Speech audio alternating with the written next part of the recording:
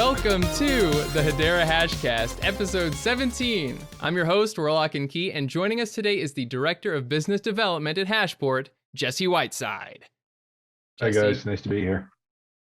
Jesse, we did not have a technical issue. No, we didn't. This is the first time I'm ever speaking to you, ever. Ever. My good friend Jesse, we met 10 minutes ago. I think it's fair to call you my good friend after Absolutely 10 minutes. We did not have to restart the recording. That doesn't happen on a show of this quality. Absolutely. I know our patrons out there are very familiar with the quality of this program. Now, for the first time ever in your life, I'm going to ask this question that you're going to be baffled to hear. How do you personally feel about anime? How I feel about anime? Well, I have to be honest. Okay. This isn't the first time I've heard this question because I've followed the podcast. So I have heard this question asked before. Never forbid you ask it, to all of the guests. However, I do love anime. Anime is, one of my favorite genres. Now, granted, I don't like all types of anime. Mine are more hard hitting, probably figuratively and literally. But yeah, definitely love the anime. Okay, give me a top 3. Ooh, that's hard. I like Bleach. Always liked Bleach. One Punch Man's hilarious and awesome, and I hope they continue to turn it into an actual anime. And the last one, I like Baki Hanma. That's pretty cool. So we're more shonen bros. Yeah, there you go. We don't watch those anime that are about like 5-8-year-old girls playing basketball. Yeah, I can't say I've ever seen those before. No. What's wrong with that? Nothing wrong with it. Absolutely. Can't an over 30-year-old man enjoy a cartoon about 5-8-year-old girls on the basketball team? Is that so wrong? This has got to be the weirdest intro I've ever been party to. But hey, we're here now, so we like to keep it hard hitting. This is journalism. All right. It totally is. Okay. Well, let's get into the real questions. For some people who may not be aware, which is probably not the majority of our audience. I think the majority of our audience is like devs. But for some people who may not be aware, what is Hashport and why might someone want to use it? Yeah, absolutely. So Hashport is an enterprise-grade interoperability solution that connects digital assets or tokens from different networks to one another. And so a user might want to use an interop solution in Hashpack in particular for a variety of reasons, but predominantly it's to move one store of value in a form of a token from one network to another, to take part in a variety of things on that given network, or to take advantage of inherent performance characteristics or security characteristics of the network that they're going to. So interop and interoperability means so many different things to so many different people.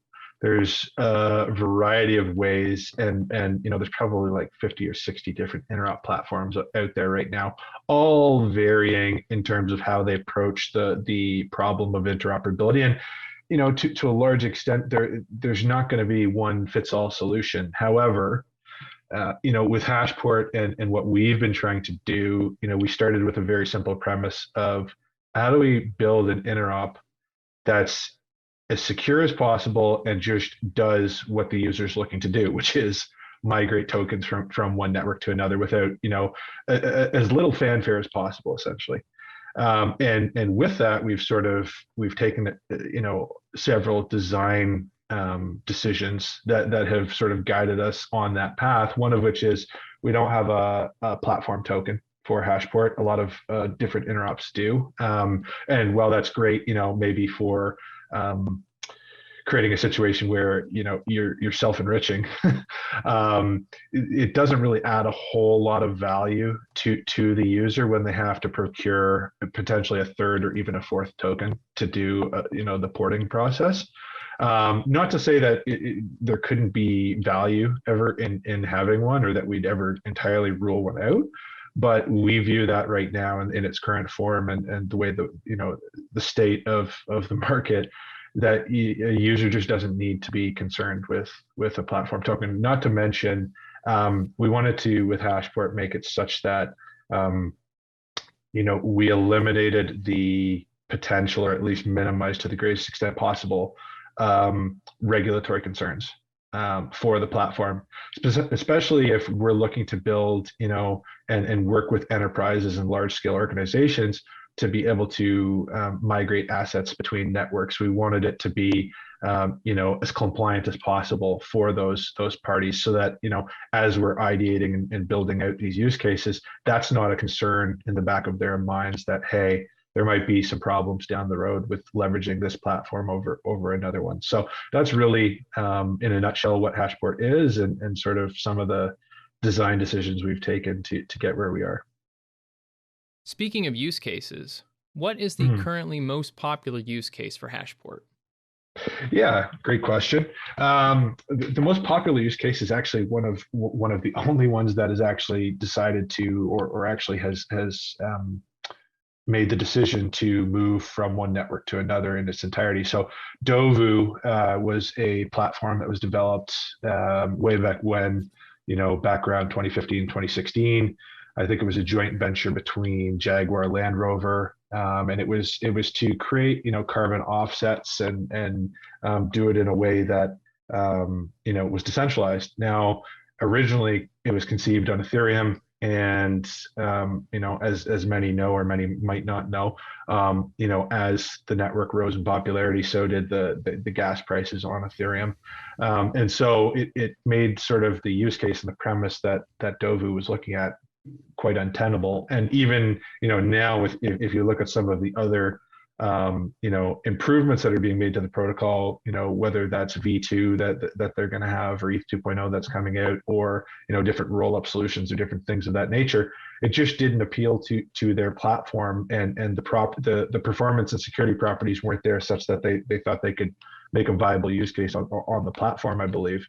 And so, in integrating their Dove token onto Hashport, they made the conscious decision that they were going to migrate, their platform and basis of operations onto Hedera. Now, Hedera's, got a whole host of performance characteristics that make it a very hospitable network to be on to create, Web3 use cases, and especially ones that are scalable. So, I mean, they've got their own staking platform now on Hedera natively, and that's had a whole lot of success so far for them, and continues to. And I think they're very excited with what they're going to be able to do, and we're excited that, in leveraging Hashport, we're actually able to provide them with the opportunity to reposition themselves and their platform in the market. So definitely something that I think more and more of will happen as devs and platforms become more aware of, Hedera and the properties that it provides to use cases and users. Yeah, I remember when they were coming over, and just shortly before the staking program began, a lot of people were using Hashport for the first time. Some really handsome sounding person even made a tutorial for how to port Dovu to Hashport. I can only imagine. The name's slipping right now. Yeah. The name's slipping. I can only imagine how handsome that guy was from his voice. But so yeah, early days to now, things have changed a bit. Not as many people bother me personally about how to port Dovu to from Ethereum to Hedera using Job Hashport. Well done, then. There you go. Yeah. I didn't know what I was signing up for, but apparently, if you ever give anyone any advice or help with anything, suddenly you're tech support. Yeah. I should have learned that from my family. Really, I should have. You should learned have. That. Absolutely. If you show that you know how to operate a computer, death sentence. You will be bothered forever. Well, Dobu's definitely the most popular right now. What do you anticipate being the most popular use case on Hashport 6 months to a year down the line? Do you think it's going to change? Do you think it'll still be Dovu, or? Good question. I think, if you look at what happens with a lot of other emergent L1, L2 networks that are out there, there's certain key components that need to be put in place for those networks to really take off and come into their own. And obviously one is having an interoperability portal that allows for assets to be brought across from other ecosystems into an emergent one. The other is to actually have platforms and services on that network that those users can then use their newly migrated assets within, and for a variety of reasons, whether that's to earn yield, whether that's to stake them, whether that's to help with governance, whatever it might be. You need those two sort of components there. And so right now, for the better part of a year, we've built all of the key infrastructure that's necessary for platforms and users to quickly and seamlessly be able to integrate a given DApp token if they want to bring their use case over to Hedera, or if users want to migrate their typically what comes in across an interop to a new network in the way of the most popular tokens. So just the other week we announced that we integrated wrapped Bitcoin. We already had wrapped ETH and wrapped Matic, but we also have USDT, USDC, DAI, Link, and Aave that we've integrated now. Moving forward, we'll probably be adding more and more tokens to the platform. We're also looking at adding additional networks. We're just in the auditing phase for that, and we're actually looking to add Avalanche and BNB chain to Hashport coming shortly, and so we'll also be looking to integrate their most popular tokens on those networks for users of those ecosystems if they'd like to come in and be able to leverage Hedera and use the ecosystem. And sort of back to my initial point was, we're at the just the starting phase of having several DEXs come online on Hedera. And so once that happens and users are actually able to earn liquidity rewards and actually experience the network for themselves, my view is over the next 6 to 12 months, I know we're in a bear market, and I know, the situations aren't as ideal as they could be. That said, I think the inherent performance properties of Hedera will lend themselves very well as DEXs come online and users get to experience the, low cost, non-changing fee structure, and the finality and the fair ordering that's provided. Because there's a lot of things that DEXs on Hedera, I think, can solve for pain points on other networks, like sandwich attacks and high gas fees that get thrown into the mix depending on if there's an NFT sale going on at the time, right? There's a lot of variability on these other networks that I think Hedera is going to surprise a lot of people. I'm extremely excited. It's been a lot of hurry up and wait for us, but we're at the juncture now that I think very exciting stuff's on the horizon for everyone. So you talked about that you're going to be allowing the porting of stablecoins, correct? Mm-hmm. Correct. So for instance, USDC on Ethereum to Hedera USDC. Correct. How does Hashport expect people to use this technology? In what sense? So why would someone want to get the stablecoin from Ethereum and port it to Hedera? Understood. Great question. So it's sort of two sides of the same coin. So there's already obviously native USDC residing on Hedera right now, and users that are within the ecosystem absolutely could procure that. There's also third-party points of entry like Banxa and like other platforms out there that you can use fiat to get into the Hedera ecosystem and get, a native stable. With Hashport, we're actually, the fee that we're charging is 50 basis points to come across, and bring tokens into the network. And that's just, we just take a portion of whatever the token is that's being ported along the way. So if 100 tokens were brought across, the end user would get 99.5 on the other side, just as a base example. In the case of like these other fiat on ramps, such as banks and different platforms, I believe that their fee structure is something like 300 basis points. So right there, I mean, there's right off the bat an incentive to use Hashport over more traditional points. The other thing that I think a lot of, especially Hedera users, might not be aware of, but is very much the case if you go and look at it on a lot of these other networks like Avalanche, like Solana, like pretty much all of them. You have a native version of these stablecoins, but you also have the representative version that gets migrated in from the given interop solutions that are set up for those networks. So on Avalanche, for instance, you have USDC, which is the native version, but you also have USDC.E, which is all of the USDC that's coming in from the Ethereum network onto that network. It's the same premise that's happening here, right? So any decentralized stablecoins that are have been procured through dexes or wherever on Ethereum, that any user on that network, or as we move forward, other networks that will integrate, they can bring those versions of the stablecoins into Hedera from those external networks.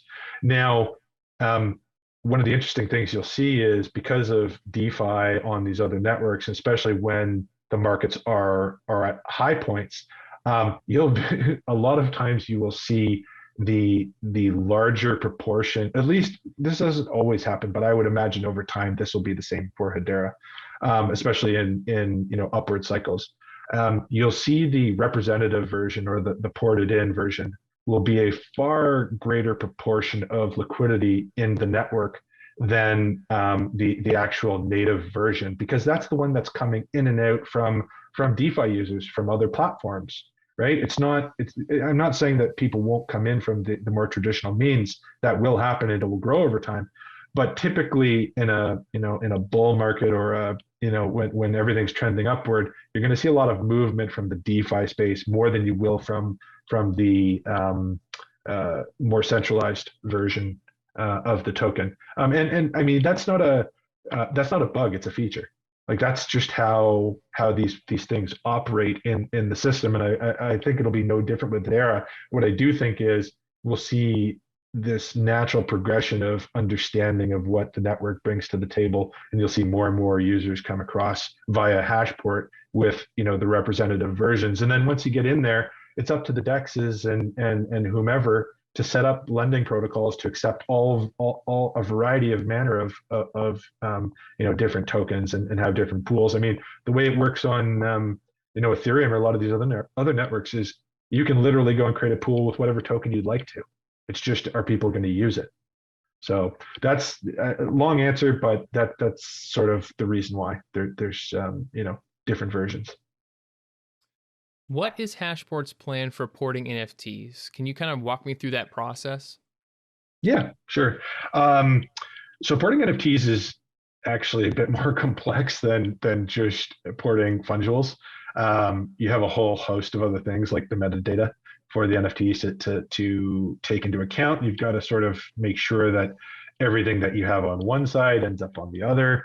And so, the way we've been approaching this right now, and we're still working out a few minor details to be able to enable a much more, regular updating of which collections can actually be ported. So the way it's going to work is if a given, platform or collection wants to be integrated, for one, they have to be HIP 412 compliant, at least from the Hedera side of things, because that will give the proper metadata structures that will allow for porting over to, say, Ethereum or Polygon with those NFTs, and then vice versa on the way back. ERC 721s that are coming from Polygon or Ethereum into Hedera would need to follow, the typical standard conventions in order for us to support those. Because the last thing we want to do is have collections or tokens that you're porting and then you don't see the picture, or or metadata is missing, or this or that. So we're sort of curating that. It's not sort of a free for all. And we think by doing that, it's going to drive, again, there's been, I want to give a shout out really quickly to a couple other community members. Mei Chan from Hashpack was instrumental in creating, the HIP 412 standard. And so, doing our part as Hashport to really say, no, we need to follow these processes and make sure that everything is, coherent, will, I hope, allow devs and creators to follow sort of what is being put down as best practice. And so it's sort of standardized. And then in the future, it becomes much easier to integrate whatever collection wants to be on it. So that's really what we're doing. And periodically we will go through and add a whole new list of tokens and collections once we get some of these other issues resolved that we're currently working through. Awesome. Yeah. So from my audience's perspective, Hashport is a Hedera project. But what I would like to know is, what interest are you seeing from other chains? Are people from Polygon or Ethereum showing interest in Hashport? Yeah, great question. Again, it's a bit of a chicken and the egg. So there is interest, no doubt, in both the network and the platform itself. One of the things we are seeing is Hedera is emerging as, this amazing new network that is going to be leveraged more and more, I think, and especially you're seeing it with the NFTs right now, the explosion of NFTs on Hedera, and the Hedera hot summer, what the, I can't remember the hashtag for it's Hedera heat wave. Hedera heat wave. There you go. That's going to continue. I mean, if you look at NFTs on Hedera, there's just so much to like. There's just so much to like about them, right? Freaks bros. There you go. Everyone loves us. Right? Yeah, totally. And I mean, so like the fees, the, not bottlenecking from collections launching on the platform, there's just a lot of stuff to like. So I think, it really makes sense to, I guess, take the approach of being as inviting as possible and just showing the growth, the organic growth that's happening. And as we get DEXs and as we get, invariably we get liquidity that comes across to take advantage of the rewards that are going to be put onto these DEXs, I think users from other networks are going to fall in love with Hedera. And as that starts to happen, the gravitational pull will be such that platforms and developers will be like, hey, like Hedera is the real deal. There's this ecosystem that we need to spend a lot of time looking at and seeing if this is of interest. And also it's like a lot of DeFi and all of this stuff is about community at the end of the day, right? And a lot of platform decisions on these other networks for DeFi is done with communal voting, right? And DAOs and all of that stuff. So it's not just, simply going and talking to a platform and they're like, oh, hey, sure, we'll be over tomorrow. It's a lot more, intricate. And so I think as all of these things on Hedera come into their own, the conversation becomes much more natural for those other platforms to take a strong look at Hedera and decide to migrate across. And, given the opportunity to go decide to build on one network that has, potentially billions of dollars of liquidity and another network that really is just starting out on that journey, it's a tough conversation to have, right? Just solely on the premise of performance and what have you. I think that story will change as we move forward because more liquidity over time, regardless of where the market's at, I think liquidity is just going to start to maybe a trickle in the beginning, but it's going to turn into a torrent into Hedera over time. So, I mean, I'm looking forward to it. The conversations are being had. There is definite interest. It's just we need to get a bit further down the path, I think, and then all of that stuff will fall in place as well, just like it has with many of these other networks. One question I have, since we're mentioning other networks, is we've seen a lot of security issues with multiple bridges. These exploits go for, sometimes 8 figures, just disgusting amount of money. I'm kind of curious to hear about what Hashport is doing, or how secure, what security considerations you guys are making. Yeah, security is a very important consideration when we look at this stuff, obviously, especially as time goes on and the interop becomes more and more used. One of the other things that we haven't done, but that a lot of other interops have, a couple things. One, we don't have liquidity pool, at least as it stands right now. We don't have liquidity pools on either side. It's not native token to native token. It's actually, you take your native token, you lock it up on Hashport. It gets multi-signed by all of the validators, the validator swarm that we have, and then we mint representative versions on the other side. So in order to ever get like the native version back, you actually would have to get a hold of that token that ends up in the user's wallet at the end of the process anyway. There's nothing to go after on the other side after it gets into the user's wallet. And then on the returning trip, that token gets burnt, and then the native token gets unlocked and put into their wallet. So that's one thing. Some of these hacks, I think, with Wormhole or Portal, they were dealing with liquidity pool stuff, and that's how that got compromised.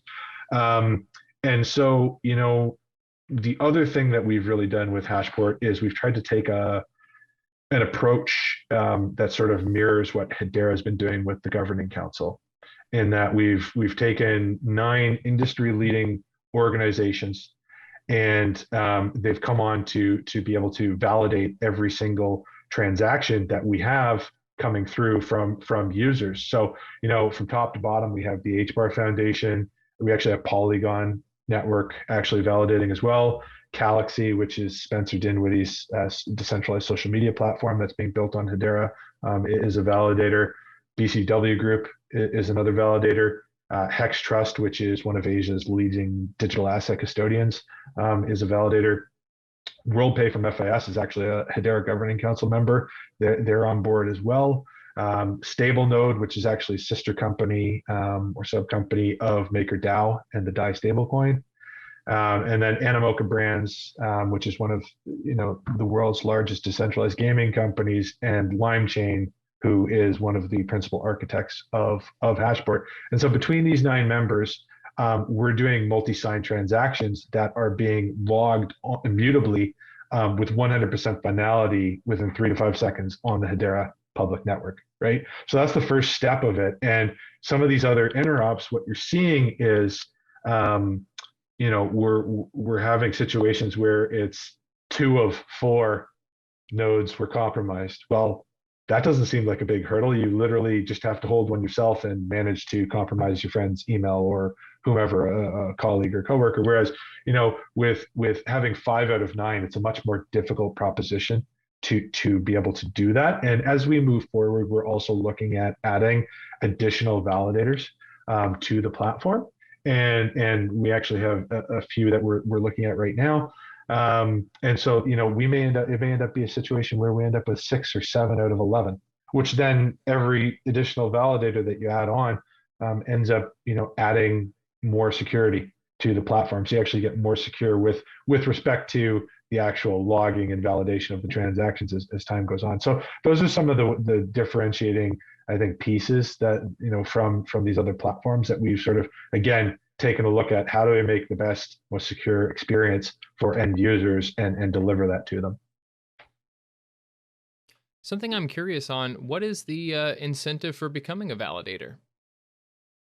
Yeah, I mean, so the validators, obviously, they're selected actually by the council members themselves now. So it's sort of a self-selecting committee moving forward. But the validators on Hashport, they take part in sharing of the fees that are generated from the platform, and then that feeds back into the development and furtherance of offering a whole host of features and functionality that we'll be bringing to market over the coming months and years.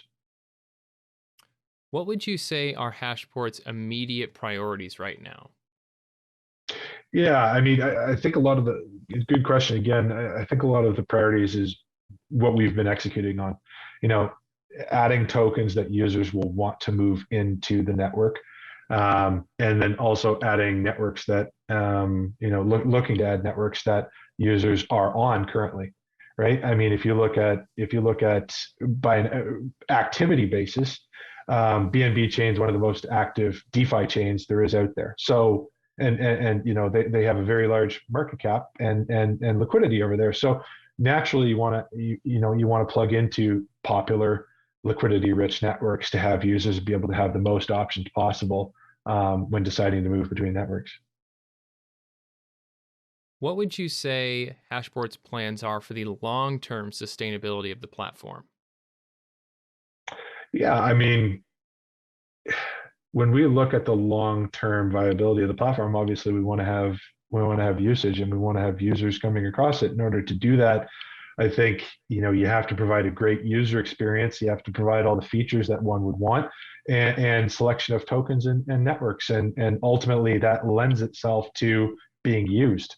And so it's sort of a virtuous cycle in that and symbiotic relationship. We need users to enjoy using and porting with Hashport, and in order for us to have the best chance of doing that, we need to offer everything that users would want to see, and also features and functionality that they might not know that they'd like to have, that we'll try and provide for them, and all sorts of different benefits to leveraging the platform. The other long-term view of the platform is to work with larger orgs and institutions to see if there are individualized use cases that we can help them with, that will allow them to do things that they haven't been able to in the past, or to restructure traditional business models or paths that will enable them to save money in terms of migrating assets, settling assets, and especially around the stablecoin stuff. I mean, that's something we're acutely aware of and looking at, working on. So I think, the future is really just listening to what the market needs and being able to provide that for them. Is there, so I know there's a lot of talk about interoperability in general. It's like, I think the big frontier, all these networks are very siloed from one another. And so once they come together, the world is just going to be a new world.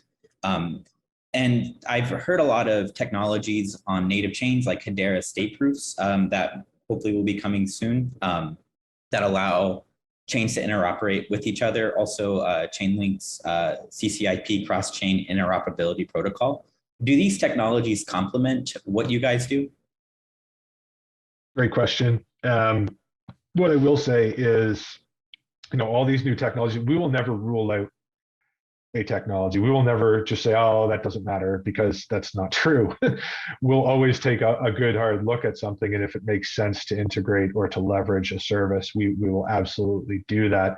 One of the big things I think that's going to be a challenge, especially with DeFi and cross-network communication as we go forward, is as this gets more and more popular and bigger, and the sums of money that we're dealing with are larger and larger, the stakes continue to rise. And as the stakes continue to rise, so does the incentive to actually try and attack something like that. And Vitalik has actually talked about this. If anyone's out there and they haven't, I highly recommend going and subscribing to his blog, or just following his blog, because he puts out a lot of great stuff. But one of the things that he has talked about is, the future might be multi-chain, but it's not going to be interoperable. And I partially agree with what he's saying, in the sense that, cross-app communication and network communication is a very tricky, difficult thing to do, and to do it in a secure, efficient way. Now, I'm not saying it's impossible, but again, when you're dealing with trillions and trillions of dollars eventually, you're going to want to be as secure as possible with those assets. And the best way to ensure that is to keep everything housed within one particular network for whatever use case or thing that you're doing. So, the way we view Hashport sort of is right now, at least in its current form, is we're trying to be the best, connection between networks to move assets from one network to another, so that they can be used within those, housed and used within those ecosystems. Not necessarily doing this back and forth, continually being able to communicate with all networks all at the same time. That's great. And maybe we'll get there in, 20, 30 years or maybe sooner. But, the promise that we're going to get there anytime soon, I think is outlandish. And I think, if anyone's being totally honest with themselves about the space, it is an incredible space to be in, but it is probably the fastest turning over space there is. There are more experiments being conducted every day. There's more stuff breaking here every day than there is anywhere else in the world. And so when you're looking at that and then you're saying, oh, hey, by the way, we're going to migrate assets between networks. We're also going to communicate on the fly between two different dApps that, we don't know if they have, bugs or break or this. I just think you get to this stage where it's like the proposition that something bad isn't going to happen is it's so laughable that if someone was to tell themselves that's the case, that I think, we're just focusing on being pragmatic about what is actually going to push things forward for individual users and what are the first entrance real use cases that institutions and orgs would actually look to use an interop for. Is it going to be cross-app communication and all this crazy stuff? Or is it going to just be, hey, we need to get assets from here to here, need to do it safely and efficiently. And if we're trying to do it for the first time in a decentralized way, we're going to want to make sure that it's secure. And we're going to want to make sure that all these best practices are being followed. So I agree that in the future, we may end up in a situation where, just like we do with web browsers or on our phone or going on Zoom, it doesn't matter whether you're on a phone, tablet, your desktop, it's all the same. We're on this right now and it's all seamless because software is abstracted it away. Maybe we get there eventually, but we're dealing with a whole extra order of magnitude in terms of complexity that needs to be dealt with first. And that'll take a whole lot of time. So it would be nice to have, but I think it's a far ways out. All right. I think that's a great little bookend there. I'd like to thank Jesse from Hashport for agreeing to be here, of course. I really appreciate it. And I think a lot of people are going to get some really good information out of this episode. Absolutely. Thanks very much, guys, for having me. And, always a pleasure and would love to come back on anytime. Love to have you back on. Now, if you enjoyed this podcast, please consider subscribing to our YouTube channel, following us on Twitter at Hedera HashCast, and supporting us via Patreon. As a patron, you get early access to the podcast, as well as admittance to a private Discord community where I announce guests in advance, solicit questions, and take feedback. Thank you for listening and for helping to build a consensus in the Hedera community. Thank you to our patrons: ABFT, FTW, Charlie Go, Pib Chibler, and DJ.